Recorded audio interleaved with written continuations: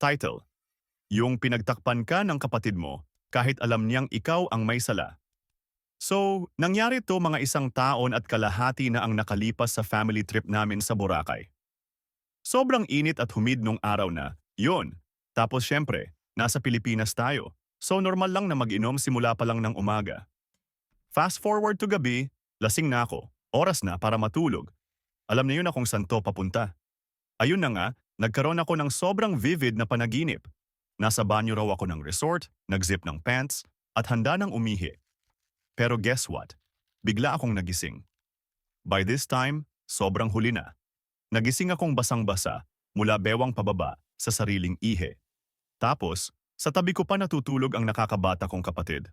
Ang malala, meron pang piss stain na parang chalk outline ng isang malaking tao.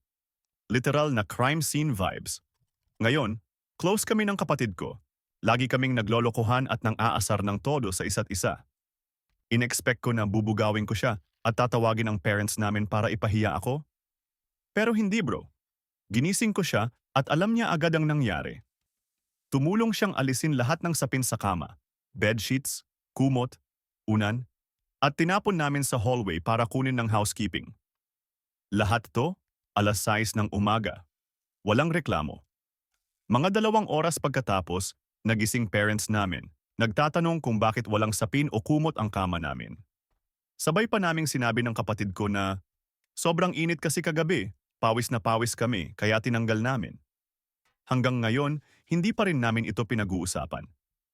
Pero alam naming pareho deep inside na ang 18 taong gulang na ako ay literal na nagka-bed wetting incident. Love na love ko talaga yung kapatid ko.